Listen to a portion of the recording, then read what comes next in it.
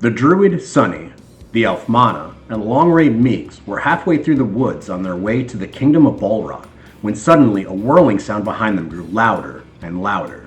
Sunny was able to make out the bright green light and tackled Mana to the ground before the energy blast struck them. As the girls narrowly dodged the energy blast, the tree behind them exploded. Are you alright, Mana? I am unharmed, Sunny. Now what was that? The android X7 walked from behind the thicket of trees with its blaster still drawn and aimed at them. Greetings, my name is X7. I've been assigned by Lord Saber to dispose of you. Without skipping a beat, X7 charged up its blaster and fired on the girls. Mana was able to use her magic to create a thick solid wall of light. The blaster wasn't powerful enough to get through Mana's magic, but Sunny could tell that it was taking a lot of concentration on Mana's part to keep the wall up. Meeks, I need you to lend me your strength. By the power of nature, I invoke our magic pact. Bestow onto me the power you hold inside. Energy began pouring out of Meeks and into Sunny. Sunny began sprouting 3 large black fur tails. Her skin became covered in black fur. Her hands became large with sharp claws. 2 razor-sharp fangs grew from her teeth, and her jade-green eyes became pale red. Sunny had become a hybrid version of her long-range companion. Sunny jumped into the trees above her and swung from branch to branch until she was behind X7. Sunny jumped down from the tree with her fist clenched, hoping to land a blow on the android with the animalistic power she obtained. However, X7 was ready for her. The android turned its arm into a blade and thrusted it towards Sunny's torso. Luckily for Sunny, Crash and Vert arrived just in time to save her. Crash caught her mid-flight, and the 2 angelic brothers flew gracefully to the forest ground. I don't believe we've ever seen a creature like you before. Vert. She's a druid, and a special one at that. She can merge with animals, it seems. Who are you guys? They're angels, but I thought they were all wiped out. Many were in the early ages of time. We're here to stop Saber and his demon army from spreading more darkness. Good, because he destroyed Tenali and Haramore. We just came from those places. We saw the destruction. Let us handle this android. And suddenly, the temperature in the area dropped. The clouds in the sky became angry and lightning began to flash above. Then a crackling sound came from just between X7 and the others. A rift opened, and out emerged what looked like a ghost, or perhaps a devil in a tattered purple shirt holding a unique-looking sword. I wonder if this is the right place. I ended up getting 2 submissions for Phantom the Spectral Devil. I didn't think either piece worked individually for what I had in my head, so I decided to put them together. I think this gives it such a different vibe, which I actually really appreciate. I like the Nanya's drawing because it gave that solo leveling vibe when you see the word rise. I also like that you gave your character a sword, a tail, and floating horns. I thought that was pretty unique. I thought these were strong elements to add to the final design overall. Kyle the Dragon, I like the glowing effects you were aiming for, the sharp teeth and the purple eyes. I hope you both like the way this one turned out. And guys, let me know what y'all think about Phantasm the Spectral Devil in the comments down below.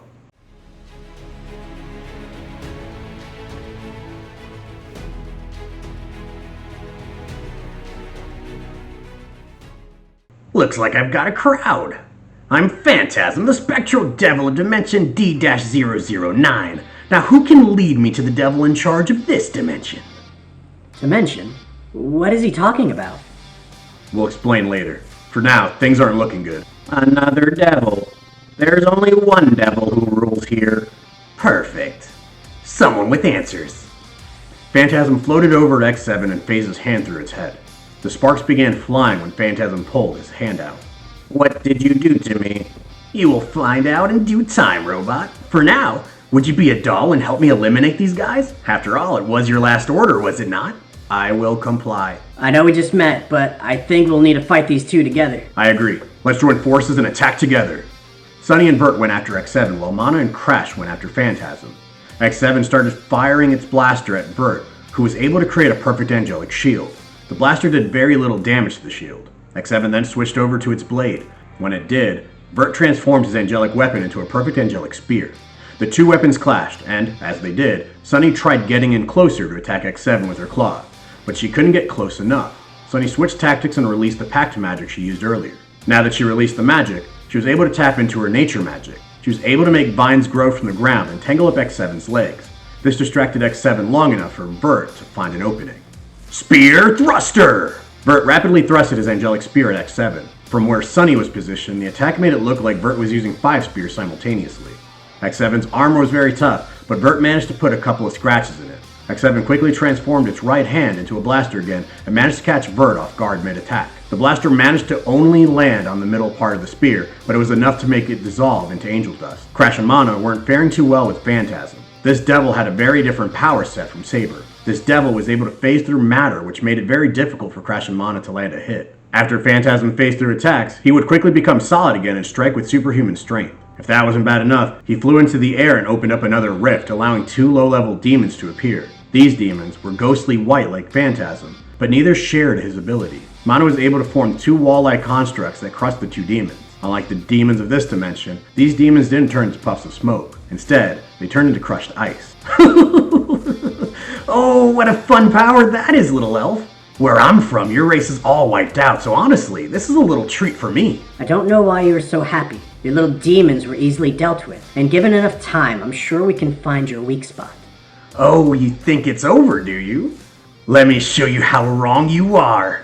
Phantasm sent energy into the crushed ice and raised what could be described only as zombie demons. Their bodies were all mangled thanks to Mana's light construct, but they didn't seem to be in pain. They mindlessly charged towards Crash and Mana under the orders of Phantasm. Sunny took a big metallic fist to the face and was knocked out. X7 stood over Sunny and transformed its right hand into a blaster. Vert was getting off the ground from X7's previous attack and realized he was just too far away to save Sunny. As X7 was about to release the energy blast, a shot was fired deep within the forest and took out one of X7's lens scopes on its face. What was that? Scanning, scanning, scanning. Another bullet was fired and took out the second lens. Running out from behind the trees was a guy in a blue military jacket. He had white spiky hair, a utility belt, a gun and knife holster to his legs, as well as combat boots. The guy ran in and started punching X7. As X7 transformed its left arm into a blade, the military fighter was able to dodge and keep swinging at the android without breaking a sweat. Vert caught something unique happening to the man's gloves. They began glowing and sparking. The man reached for his gun and the sparks began charging his weapon. The guy fired his gun and the bullet penetrated right through X7's shoulder. Then he fired again. This time it went through the android's chest. Again and again the man fired until the sparks were gone from his gloves. Hey, Angel, take care of the girl. The android's mine. Matt, I really love this design of yours. I think yours was the closest design to what I had in mind for Zane. I also enjoyed our discussion about Zane's gloves and how they could mimic Black Panther's suit with the way it absorbs energy, stores it, and repels it back. I took that idea and spread it to his other weapons. This way he could amplify the impact of his weapons as well as his hand-to-hand fighting. Alright, and let me know what you guys think about how Zane turned out.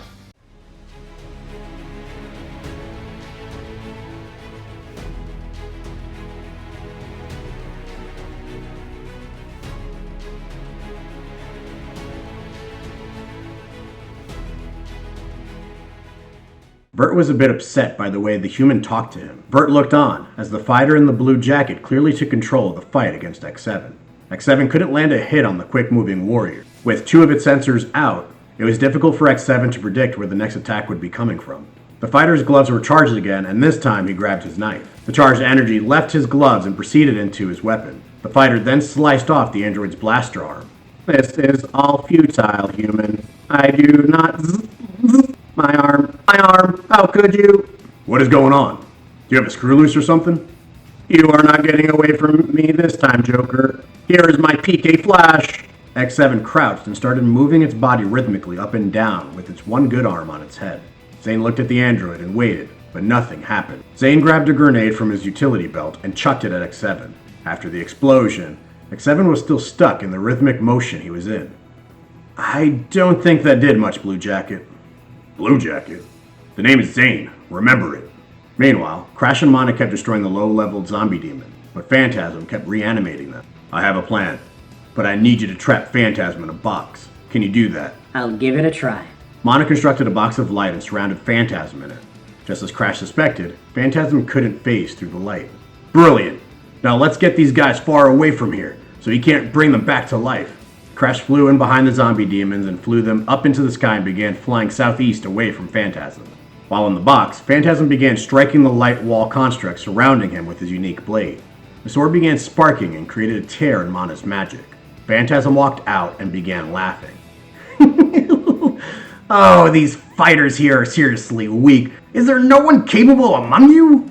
Mana released her magic. Vert began walking Sunny over, who was coming back to her senses. Zane also walked with him, leaving the malfunctioning android behind. I said capable. You guys can't even take down a simple robot. From the shadows appeared a swordsman in a yellow kimono. He had his pink hair tied back, a green headband, black pants, sandals, and a sword sheath at his waist.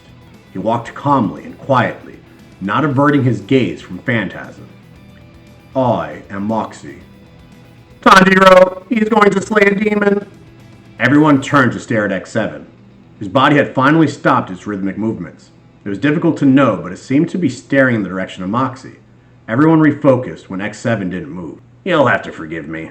I thought it would be funny if I overloaded him with information from the other parallel dimensions. I guess I have caused the android to malfunction just a teensy little bit. I have been honing my skills in the forest with my soul blade for years. It is time for my blade to realize its destiny. Moxie began charging at Phantasm. Phantasm attempted to phase through Moxie's soul blade, but it didn't work. A unique pink ghastly aura emitted from it as he swung it with great precision. Phantasm began bleeding from the torso and was in a great deal of pain. Crash landed on the ground, surveying his surroundings. It was then his danger sense went off. Everyone, you have to go now! Saber landed from the sky with his wings fully extended.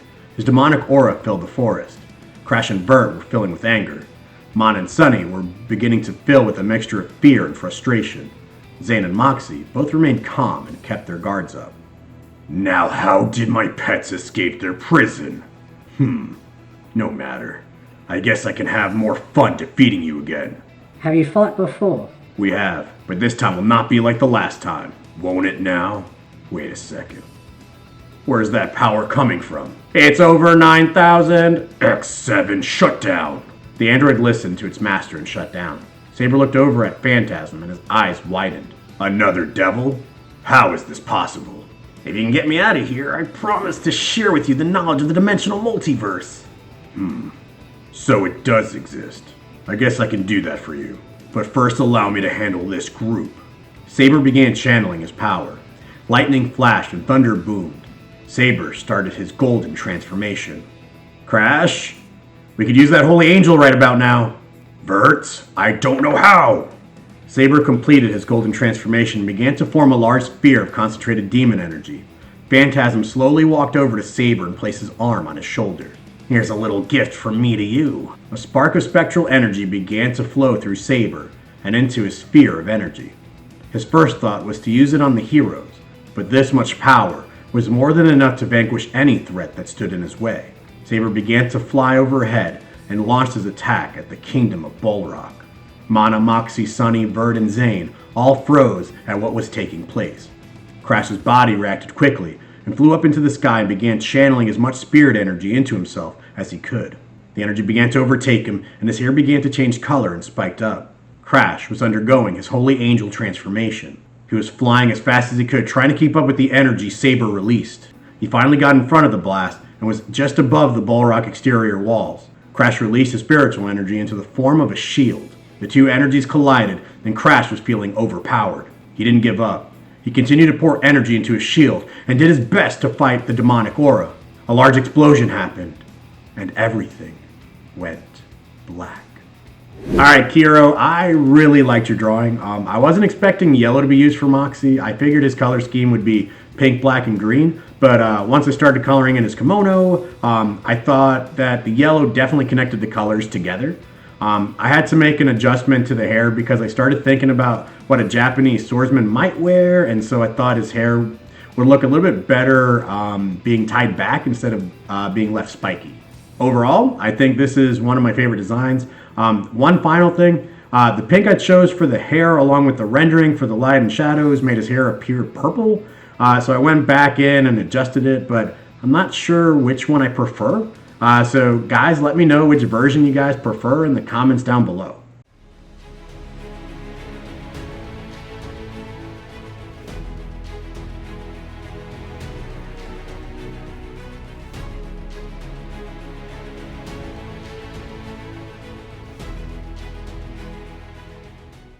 I really hope you guys enjoyed the redesigns in today's episode. If you did, please show this video some love by clicking on the like button and commenting down below which of these newly introduced characters was your favorite. Now, if you want a chance to see your art redrawn by me, then why not give our next Community Redraw a try?